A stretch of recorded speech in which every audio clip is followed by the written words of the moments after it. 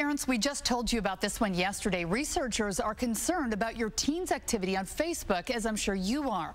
They're worried right now that teens who obsess over the site are more likely to suffer from what they're calling Facebook depression. Joining us now with some tips to keep this from happening to your child is family counselor Janie Lacy. Good morning. Good morning, Heidi.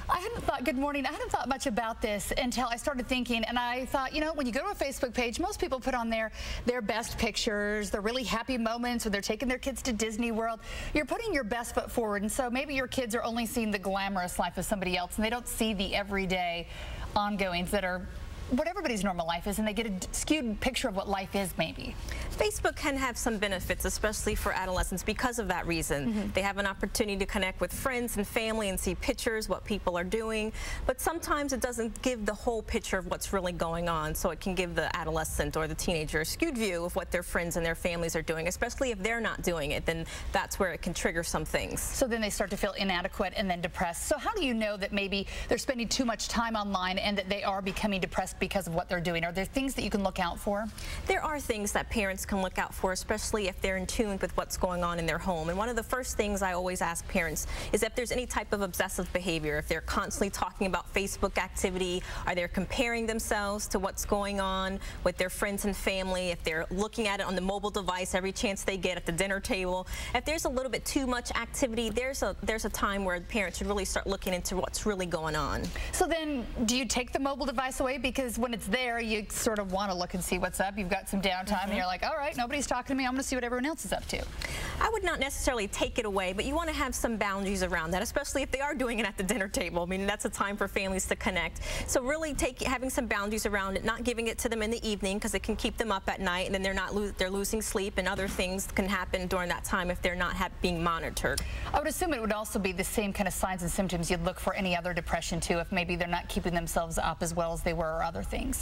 Right, with their physical appearance, if they're not taking care of themselves as much as they used to, if there's been a change in that, if there's been a change in their mood, if they're more moody, and if there's a drastic change over time, they're more moody, more snappy, they want to stay in bed, they want to rest, they just don't have the motivation that they used to, that will be a sign that, and with the social media, it's usually if an adolescent has already had some type of self-esteem issues. Facebook in itself does not cause depression, so there's usually more of a trigger to going further into depression versus causing depression by itself. So I think that's important to say. As a parent, it's probably easy to say, well, knock it off, stop looking at Facebook, but I'm assuming that's not the answer. So what do you do to start making a change? The first thing for the parents is they need to know technology themselves. They need to know how Facebook works, they need to know privacy settings, and I would recommend that a parent be a friend on their child's list. So this way they can actually see what's going on and have conversations with their teenager about their activities. So that was one of the first things I would recommend parents, is to be involved and learn the technology and be included with your teen on their friend list. And I would assume you probably should be talking about it just like anything else that goes on in their lives, what they're up to on there. Right, because as a parent, in order to really influence them in their decisions, you really want to know who they are. So asking them questions, and if they have posts and things that they're putting on their walls, asking them about it in more of an inquisitive way versus making some type of statement of criticism or judgment where I don't want mom on my friend list anymore. I would have to assume, too, that maybe you have to encourage your kids to have other things or other ways to connect. My kids are too young to be on Facebook, but sometimes we have to be like, go outside, play with real people, go do something, you know? If they're spending more time on Facebook and that's their friends, then there is a problem. They should spend more time face-to-face with their peers and having those social skills in place and being able to interact with them and go out and do the movies and do fun stuff. If they're spending more time online, which is the virtual world, and real people and real places, then there's an indication that there could be something that the parents need to look further into. Some great information. Janie Lacy, thank you so much for coming in and sharing those insights with us. I know a lot of parents are worried about it these days. Thank you. Amy? A lot of times when we'll look at couples, they'll say that they're getting married because they love each other, but then when you ask them what does that mean, then they don't know what to say.